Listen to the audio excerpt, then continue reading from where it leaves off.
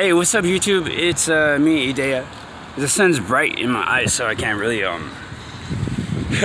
can't see, so I should probably turn this back around this way. There's Yuma. It's Yuma, and we're just taking a walk around here at a park that we used to like kick it at for like a long time ago. We used to come over here a lot. It's nice. The little way he does that.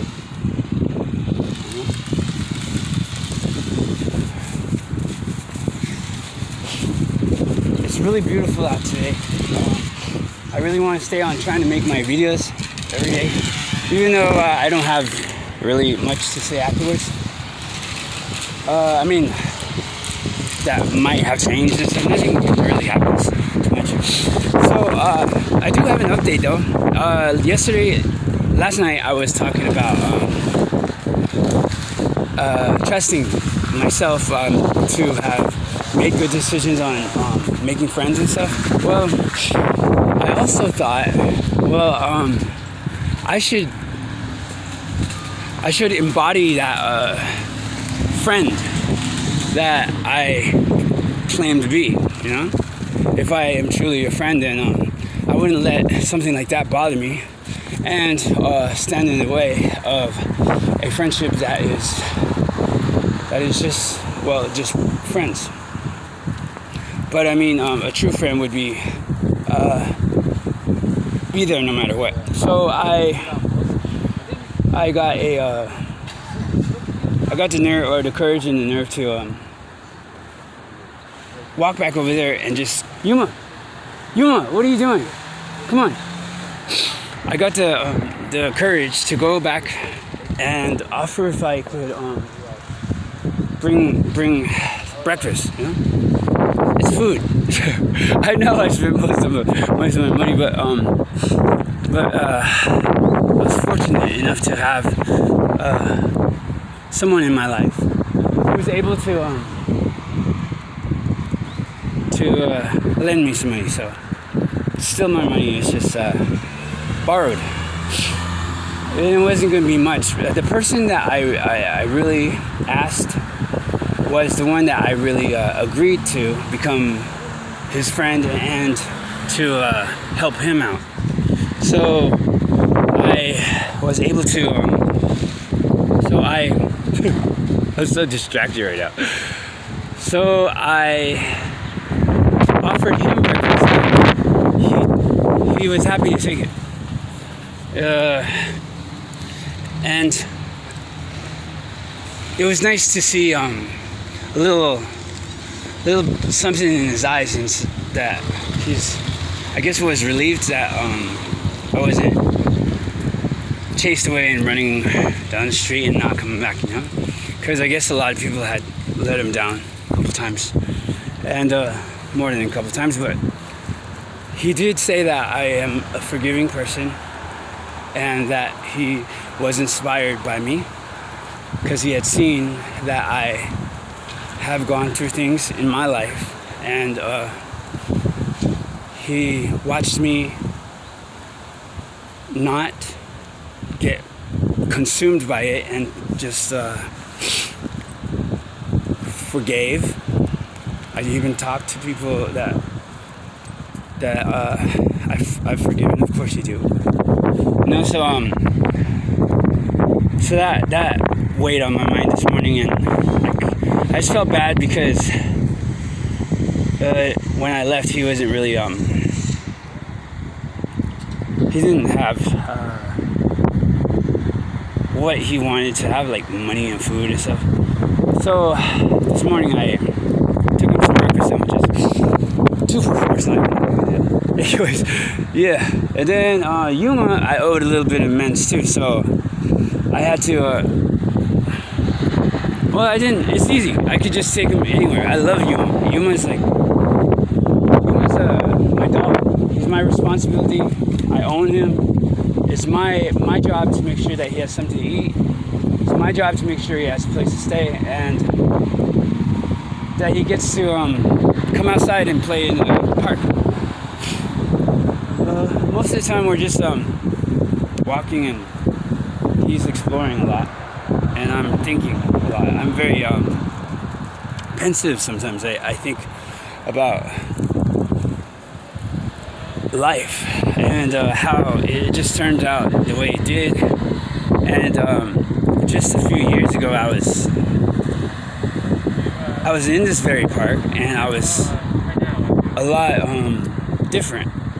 I used to work at night. I laughed a lot more. I smiled a lot more. I probably enjoyed life a lot more, and I still do. I find it fulfilling to be alive, and it's meaningful every day. But I just think I lost a part of my humor. I don't laugh at the things that I used to laugh at, which I think I'm glad it's that way, because people outgrow themselves or outgrow their humor, their everything. Change is a natural part of life. Anyways, I'm tired of giving advice. So it's a beautiful day in San Francisco, and this is up by. There's a soccer field up here, and they play soccer up here. And then there's Safeway over there. See? Safeway. And then there's a Petco, I think, right there. That's where, yeah, that's a Petco over there. And then there's a, I think that's, oh wait, I thought that was the Treasury right there, but it's, or it might be. No, the Treasury is that side. There's bomb ass Metro. I love Metro. Hey, what's up, guys?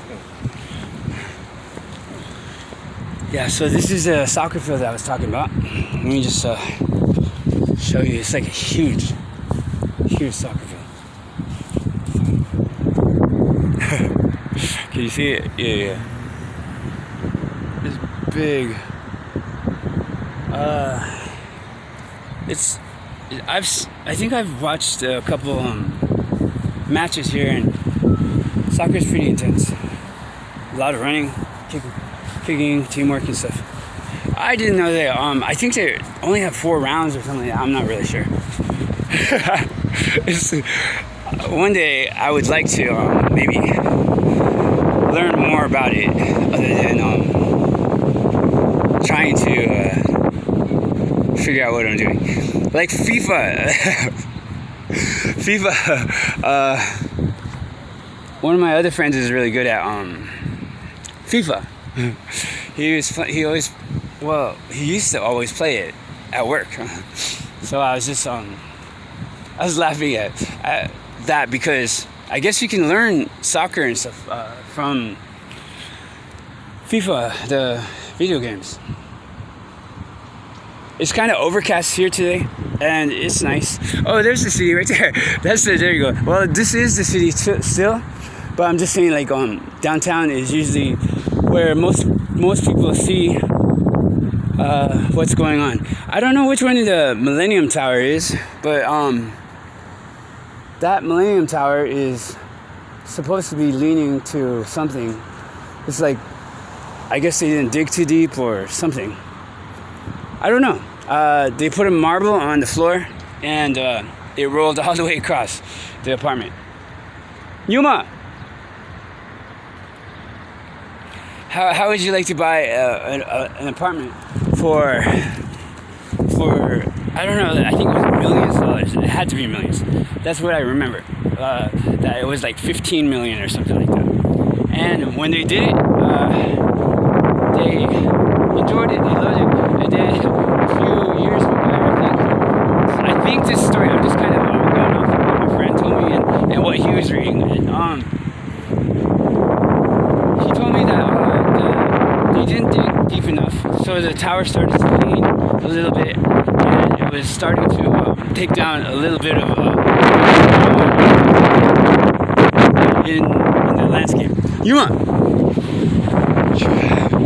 So I mean, yeah, that's a little bit scary, a little bit, especially if you live on the top floor. I don't know. I'm lucky I'm not rich enough to have to make those kind of decisions and waste all that money. Come on. Look at, there's suspicious people everywhere. It's so funny because I I think what was going on for a while was they were cutting all of these shrubberies and stuff back so they could see people. And sometimes there's there's people that be hiding in the bushes, and I don't know what they're doing. But I mean, like, yeah, it was just odd to see all of that sometimes. And sometimes there's neighborhood watch or a crew of people just watching out for the rest of us that don't hide in the bushes and do things. And yeah, I don't know. That's what I hear. Things. It's very rare that I see something weird. I saw a female at the bus stop on 6th and Mission, and they were she had no underwear and no pants. And I was like, wow, she's exposed. But nobody really, not one person really said anything, cared, or did anything. There was a person that did take his phone out and start taking pictures, but she herself was so occupied in her own affairs that she didn't really she didn't do anything about it. She didn't say anything. Look at you. So I don't know if she ever put her pants on or if she ever did. But that just reminded me of the bush people, the people that hide in the bushes and do things. That's just funny. It's funny to me because, I mean, like, why do you want to go to a park and then do weird things in the bush? Weird things in the bushes. Because anybody could just, like, walk by, and children are at parks. You gonna get out of there. I had to tell him to get out of there because he just likes it. You've seen him before at Golden Gate Park where he's just like jumping all over the place, and he looks like a rabbit going in. And even the people in these houses over here too, they come out and I guess they all collaborate together somehow.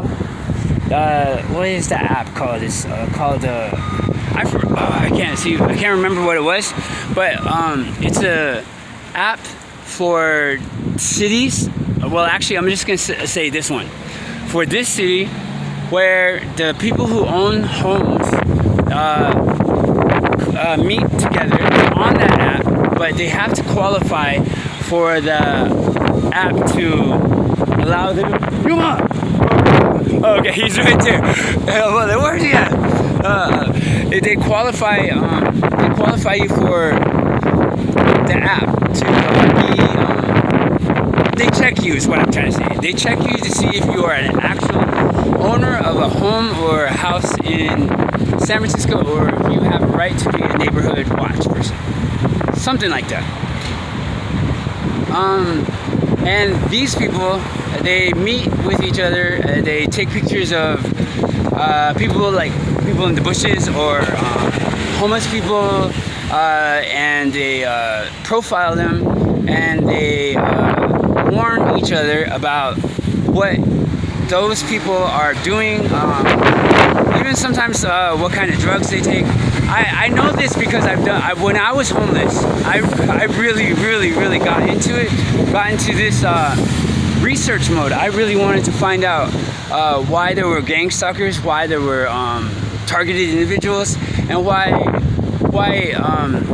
the city seems so cold to me all of a sudden, just me, because at first it was just such a magical, wonderful place, and I didn't really have any bad things to say about San Francisco. I still don't, but I'm just saying, like, when I was homeless, we walked and walked. And I used to have feet that were just like at least presentable or whatever, you know. I mean, like, I'd take care of my toes or whatever. But when you're homeless and you sit down anywhere, you're from being tired, someone always seems to be right on your tail and pushing you, just standing right next to you. And you think, why are you standing this close to me? Is this necessary? So then I guess a person should be strong enough to say, can you not stand so close to me, or I'll just move over here. What I ended up doing, because I was homeless and I didn't feel like I was worthy of a seat. I didn't feel like I contributed to the community, and I felt like I was homeless. So what I would do was me and my dog would pick up where we were and just walk again. And then we would try to sit down again somewhere. And then the same thing would happen.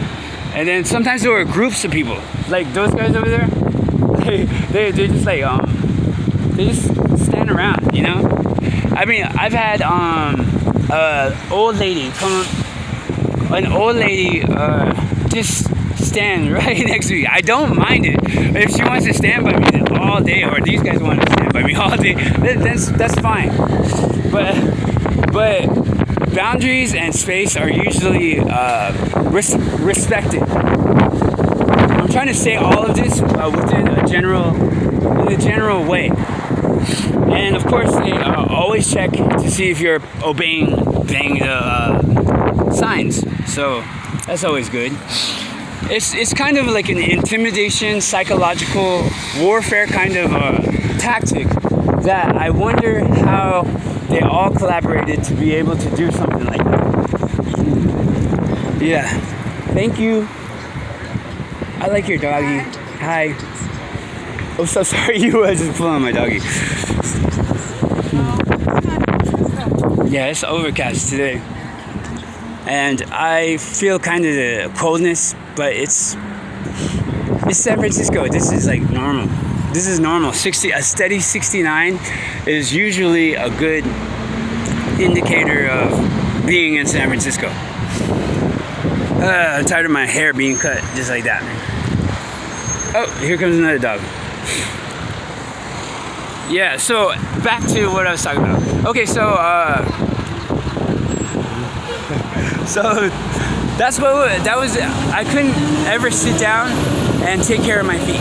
I couldn't put on new socks, you know.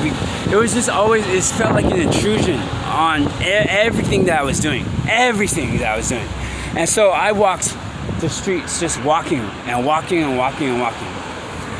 Messed up my feet, my toes. I was always tired.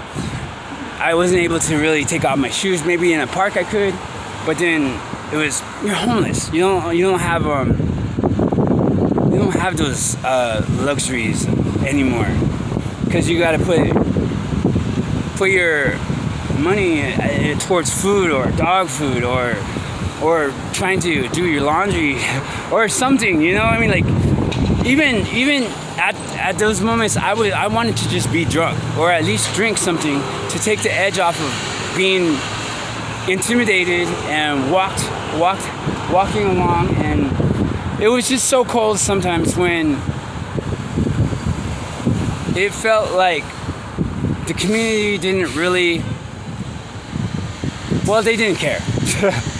They basically don't care. They don't want no pests at their fucking sidewalks and building stuff like that. But you know, I say that then. Now they have no choice but to put up with the tents, and they have no choice but to shelter in place. And it's not the city's fault, or it's not up to them, and it's not up to the homeless people. It's up to COVID-19. And how can you stop COVID-19 from doing what it's going to do, is kill people? And how can you stop the government, like Gavin Newsom and our mayor, from preventing these people intimidating us and all that stuff, you know? I'm not trying to blame. I'm just trying to say that during my time as a homeless person, I just got stared down by that lady over there. Probably because I'm getting louder. Because I'm passionate about it. I was a victim of it, and I am no longer a victim. And I should have stood up for myself back then. And I'm not glad that COVID-19 affected us. I'm not happy that there was some kind of revenge that was in place. That I don't know where it came from, and I am grateful that it did open some eyes, and I don't know if it changed any minds, but it did kill a lot of people, and it continues to kill people. So it's really a question for me is if any of these people in these homes or anywhere, the ones that like to intimidate me too, they still do that. I'm brown. I don't have the best clothes all the time, you know. I don't know. I'm just a person that looks like I don't own a home or I don't have a car. I'm barely coming off the streets and moving into permanent housing, you know. So I am a problem for the people that live in houses and own houses in San Francisco, and those kinds of things are stuff that's going on. I still vote. I vote, and I make sure that I do what I need to do. Throw the trash in the trash. I pay my bills, whatever ones that I have. I don't cause no trouble, and I take care of my dog and his messes. You know, I do try my best to be a productive member of the society, and I plan on actually continuing that because I have no place to go, and I have no other city that I want to be in. It doesn't matter about wanting either. It's just that I've lived here for so long that finally it's going to be a different way to look at living, because in the 19 years that I've been here, I didn't think about voting. I didn't think about contributing to and volunteering to San Francisco. I didn't even think about saving a life with like Yuma. But now I'm pretty serious about it. I would like some kind of peace, knowing that I could walk through the park, or that I could go into a store, or just sit down at a bench, get on the bus without these glares, or maybe it's just me. I don't know. Maybe I'm seeing that for myself, and it's not happening. I don't know.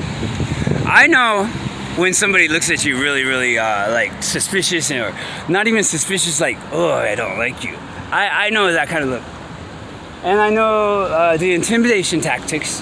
I know that because I learned that firsthand. I learned what they did, you know, to me and my dog. I know that gang stalking is real, and I know that targeted individual is real, because I would say I am one of those, because that's what happens to me, and I can't really explain it. It's more or less the majority of the world, I guess, deciding on what they want and what they don't want, and they automatically kind of meet together on it, whether it be a real meeting or if it's just a collective decision or something, you know? That's what I think. So they're kind of just like attracted to each other, and they automatically know what to do and how to do it. Some call it God, some call it fourth dimensional spiritual beings. Me, I just call it gangstalkers and assholes. But who knows? I don't want to talk about that no more. So I just want to say, have a blessed day. I'm having a good day. My dog is having a wonderful day too. And have some peace in your life, however small that peace is. And thank you for being my friend, and thank you for listening to me, and thank you for check it out, this bomb ass park with me. We're gonna go back to our walk. I'm glad they don't really get on my ass like they used to, because we wouldn't be able to sit right there. Okay, so take care. Thank you, YouTube. Bye.